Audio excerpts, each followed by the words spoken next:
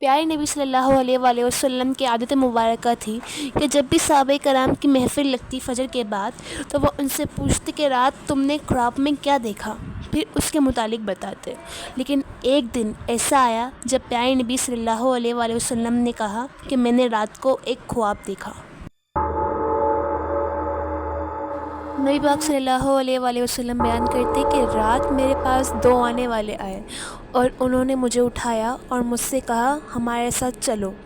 انطلق انطلق، تو میں ان کے ساتھ چل دیا، فانطلقنا، پھر ہم ایک لیٹے ہوئے شخص کے پاس آئے جس کے پاس ایک دوسرا شخص پتھر لیے کھڑا تھا اور اس کے سر پر پتھر پھینک کر مارتا تو اس کا سر اس سے پھٹ جاتا، پھر پتھر لڑک کر دور چلا جاتا، لیکن وہ شخص پتھر کے پیچھے جاتا اور اسے اٹھا لاتا اور اس لیٹے ہوئے شخص تک پہنچنے سے پہلے ہی اس کا سر ٹھیک ہو جاتا جیسے کہ پہلے تھا۔ کھڑا شخص پھر اسی طرح پتھر اس پر مارتا اور وہی صورت پیش آتی جو پہلے پیش آئی تھی۔ نبی کریم صلی اللہ علیہ وآلہ وسلم نے فرمایا کہ میں نے ان دونوں سے پوچھا سبحان اللہ، یہ دونوں کون ہیں؟ فرمایا مجھ سے انہوں نے کہا کہ آگے بڑھو آگے بڑھو، انطلق انطلق، فرمایا کہ پھر ہم آگے بڑھے اور ایک ایسے شخص کے پاس پہنچے جو پیٹھ کے بل لیٹا ہوا تھا اور ایک دوسرا شخص اس کے پاس لوہے کا آنکڑا لیے کھڑا تھا۔ آنکڑا سے مراد حق،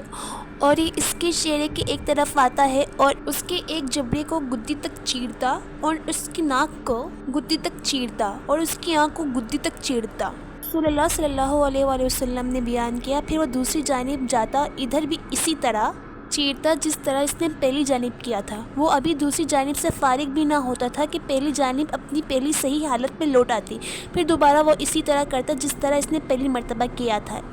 فرمایا کہ میں نے کہا سبحان اللہ، یہ دونوں کون ہیں؟ انہوں نے کہا انطلق انطلق، آگے چلو۔ چنانچہ ہم آگے چلے، پھر ہم ایک تنور جیسی چیز پر آئے، تنور سے مراد اوون ہوتا ہے۔